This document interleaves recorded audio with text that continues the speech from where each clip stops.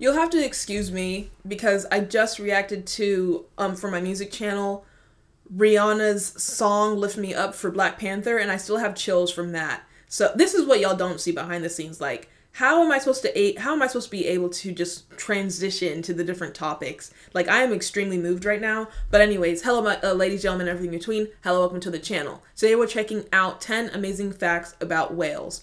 In case you missed it, I posted the video before this one where I was saying that I was on the Welsh news. I didn't even know that I was like, I don't want to use the word poppin', but I didn't realize that people over there like knew me, you know, like I was influencing over there or whatever, however you want to phrase it.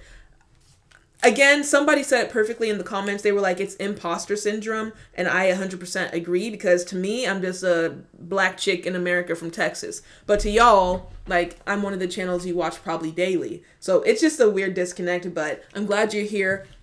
And obviously I'm going to continue the content, hence me doing this video today. So let's get into the amazing facts about whales, see what kind of food y'all have, your culture. Some people were telling me I need to react to the cultural dresses, which I was like, wait a minute, me being a Nigerian, I definitely want to see that, because like, just knowing our traditions and our style and the colors and fabrics that go into that, it would be cool to see how it's different across the water. So yeah, look forward to more Welsh and just cultural content over in Europe. But enough jibba jabba. Like the video, subscribe, and here we go into facts about whales. Yeah.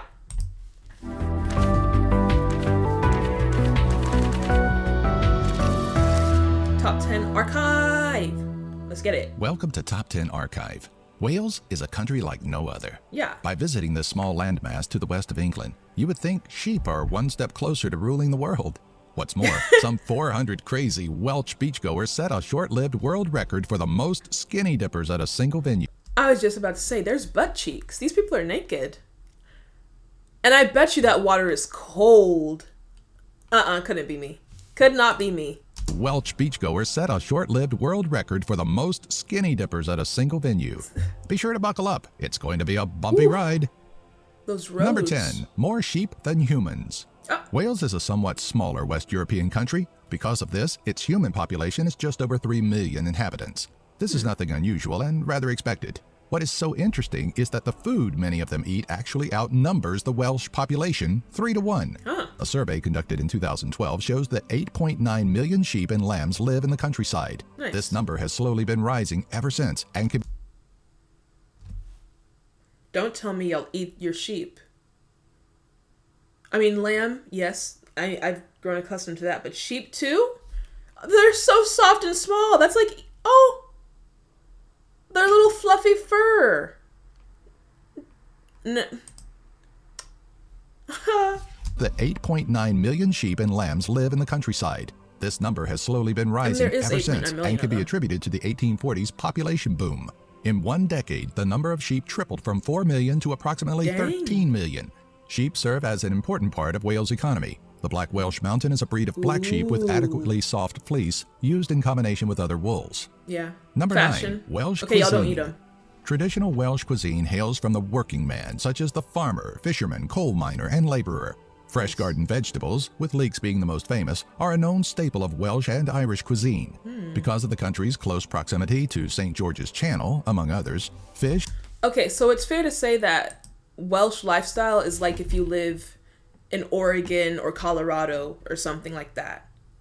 Like, it's not that it's hunter-gatherer, but it's definitely not city life. Like, it's a good middle, I guess you could say. Because of the country's close proximity to St. George's Channel, among others, fish have also made their way onto the dinner table. Nice. Some of the most popular catches include bass, mullet, flounder, and tope. During the winter, your best bet in Welsh waters is catching a whiting or cod. Lamb is the best source of protein enjoyed by the great majority. In earlier days... See, over here, lamb is like fancy, like it's expensive. It's... I don't know how to describe it, but it's not like a hamburger, you know, like beef. Lamb over here is like top dollar. But to y'all, it's just an everyday course. Interesting. In earlier days, lamb was reserved for holy days and other holidays. During those times, pig was the most common everyday meal. Wales's cuisine has been heavily influenced by that of its neighbor, England. A well-known food associated with Wales is shepherd's pie. Shepherd's this extraordinarily pie! simple meal is prepared by cooking meat, often lamb, in a crust of mashed potatoes.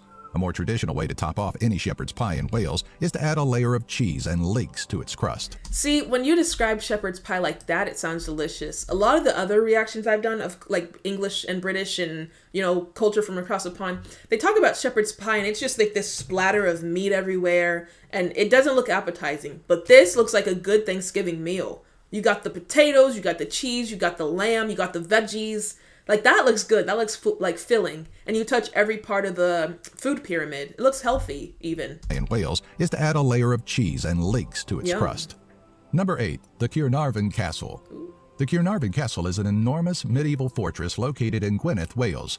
It was built by King Edward I in the late 13th century during a period when he replaced outdated structures, such as the castle, which was originally constructed in the 11th century. That's crazy. I always mention, like, one of the big reasons I also like Europe is the history there and, like, just how long y'all have been around. Like, America wasn't around till the 1700s. Y'all date back to, like, the 800s. The 800s!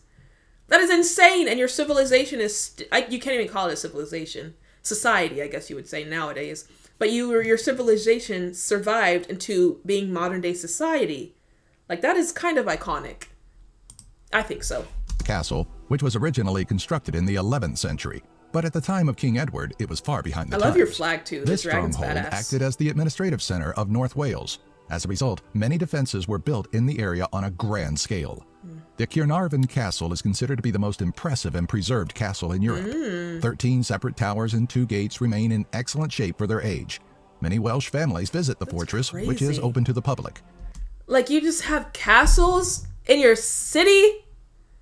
Like, the closest thing to a castle that I got in Texas would be, like, our newly built high school in my city.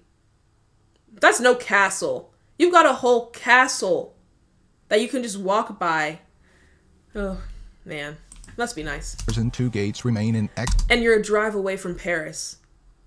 Y'all Europeans are living good. You don't even realize it. You're living good. Excellent shape for their age. Many Welsh families visit the fortress, which is open to the public. In 1969, it was the scene of Prince Charles's investiture as Prince of Wales by Queen Elizabeth II. Number 7. King. Are you kidding me? I better get paid double for this one. Anyone out there from Wales can help me with this one? All right, here we go. Before he says it, I'm going to say it. Erpwyl Gwyn Gil Go... It's a grocery store because it says Go Gursi, which probably means grocery. Wait a minute. It gives you the phonetic, I think it's called phonetic speech. So Erpwyl Gwyn Gil Go Ger U Quirn Drob. Erpwyl Gwyn Gil Ger Gu. My bad. Nah. It's all one word? Whew. Is a large village located on the Menai Strait and next to the Britannia Bridge, as one source clearly puts it. A census conducted in 2001 shows that just around 3,040 people live in the community. Whoever named that city must have hated foreigners. Yeah. Although it is called many different things for simplicity's sake, the long version, as dictated earlier, is comprised of 58 characters and 51 letters. Oh my God. It is officially recognized as the longest placed name in the United Kingdom and among the longest in the world as well. That's more this absurdly lengthy label for the town was thought up by a local tailor in the 19th century as a way to commercialize the area and open it up to tourism. In English, it quite literally means St. Mary's Church in the hollow of the White Hazel near the rapid whirlpool of Llantysilio of the Red Cave. Number 6. Sports in Wales. Rugby! Sporting events are one of the greatest ways to showcase Welsh national pride. Rugby is the most enjoyed of all sports in Wales, with football, or soccer as it is referred to in some areas, acting as a very close rival in terms of popularity. Cardiff's Millennium Stadium is the largest in Europe to feature a fully retractable roof. It can hold approximately 75,000 people and host a wide range of sports events. No, because that's a vibe. Like, imagine just you want to go out, you're out in the stadium, the sun's out, you got your beverages, you're watching a live game of football, not football, rugby, or even football. That's a nice summer day. I would love that. How's the weather over in Wales? Because we know in England it's like murky and like kind of how it looks outside right now. I would show you, but that would mess up the setup. But yeah, how's the weather in Wales? Let me know. Like, do y'all have nice summers? If I were to come, it would definitely be in the summer because I don't really like the cold. I like snow and being inside when it's cold, but I prefer summer. World I'm from Championship Texas. boxing matches have been held under its roof, along with cricket and motorcycle racing. Cricket? Golf is another sport often played in Wales. This is more unique to the country than a majority of Europe. The country is home to over 200 courses and has hosted the Ryder Cup at the Celtic Manor Resort, among one of the world's largest sporting events. Nice. Number 5. The Seven Wonders of Wales. The poem that follows, or nursery rhyme as some call it, was written anonymously by a believed English visitor sometime in the late 18th or early 19th century. In it, the 7 wonders of Wales are listed. It goes as follows. Landscaping. Pistis Raiare and Wexham Steeple, Snowdon's Mountain without its people. Y'all, you got waterfalls, you got mountains. This is all one country. You have snowy mountains, like, plains, open plains with lakes. Beautiful. It goes as follows. Pistis Raiare and Wexham Steeple, Snowdon's Mountain without its people, Overton Yew Trees, St. Winifred Wells, Llangollen Bridge, and Gresford Bells. As Britannia.com summarizes quite nicely, many would argue with the author's choice of so-called wonders. They are all found in the same general location and can all be viewed within 1 or 2 days' time. It should be noted that St. Winifred's Well is also referenced to in the late 14th century poem Sir Gawain and the Green Knight. Who got beheaded? See, that's another thing I like about the English and the people y'all over there. It's not just the history there, but there's lore. Like from medieval times, the stories, the Vikings, all that. Like there's so much storytelling. But who got beheaded? That's a bit much. Oh my. Is also referenced to in the late 14th century. And sorry for referring to y'all as the English. I don't mean English. What do I call y'all? Are you British? Do you go by English? Or do you just go by Welsh?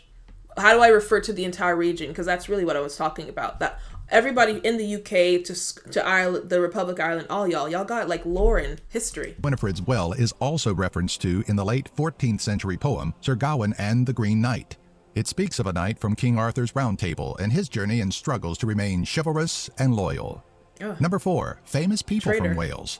Colonel Sir George Everest was born on July 4th, 1790 in Crickhowell, Wales. He was commissioned into the Royal Artillery and was appointed assistant to Colonel William Lambton in 1818. Lambton had started the Great Trigonometrical Survey. It kind of looks like Africa. Is it Africa? Or it might even be South America. Bengal. Of the subcontinent of India in 1806. Upon the colonel's death in 1823, Everest took up his predecessor's work. He is credited with several important geographical breakthroughs. Mount Everest. It was because of the Great Trigonometrical Survey that the 3 Himalayan giants, Everest, K2, and Kanchenjunga's heights were measured. Let me know if you would ever climb either of those or hike, whatever you call it. I feel like I would rather just like do a little bit and then come back down because I don't need to be at the very top. Like, I don't understand people who go skydiving, people who bungee jump. Like, why do you have a death wish? Why do you want to risk your life? Like, if you want to have a thrill and adrenaline rush, I don't know, go to a bar and hit on a stranger. Like, why do you gotta do something that could kill you? I don't get it. But let me know if you would want to do that. In 1865, Mount Everest was named by the Royal Geographical Society in his honor, despite objections coming from Sir George Everest himself. They look like Other they need famous a shower. people from Wales includes movie actor Christian Bale, singer Tom Jones, movie actress Catherine Zeta-Jones, and movie actor Anthony Hopkins. Cool. Number 3. Origins of the modern-day mail-order system. Oh, yeah? British entrepreneur Price Jones was born in Llantrwchea, Wales on November 16, 1834. He began his career working as an apprentice to the local draper in Newton, Wales. In 1856, he took over the business and renamed it Royal Welsh Warehouse, where he sold local flannel products. With the establishment of a national post office and the extension of the railway network, Jones came up with a concept that would forever change the world. In 1861, he began distributing catalogs across the country and allowing customers abroad to order their items via the post. Oy, yeah, that's a kind of iconic. Sir, you and your mustache, very iconic. Like, to have that idea, wait, we can expand this business and get our products out to people who don't live locally. Like, how do you do that? Hello, we've got a railway system, and the railway system itself is also pretty iconic, aside from the fact that it took lands from, like, indigenous people and Native Americans, but that's a whole different point. My point is, this is pretty cool. Catalogs across the country and allowing customers abroad to order their items via the post. Thus, modern-day mail order was born. Nice. Without Price Jones's invention, infomercials and companies such as Amazon.com may have never existed. Number 2, I'm sure the someone arts else would have came up alive with and well in Wales. Wales is correctly dubbed the land of song. One source claims that this is a modern stereotype based on 19th century conceptions of nonconformist choral music and 20th century male voice choirs. So how's the diversity also in Wales? Because if I were to visit, would I be the only person of color on the streets? I think I see one dude back there, but like that's 1 out of 30. So how's the diversity, especially in like the college areas and like the younger scene? Let me know. Source claims that this is a modern stereotype based on 19th century conceptions of nonconformist choral music and 20th century male voice choirs. The country has had a rich history of music, making singing such a major part of their identity as a nation. Sporting events and the arts closely coincide in Wales. The tradition of choral singing, male in particular, has been highlighted at such events. Brass bands have flourished in Wales ever since the Victorian era. Corrie Band is one of the most successful in the world. They formed in 1884 and are among the oldest to still play today. This would be me.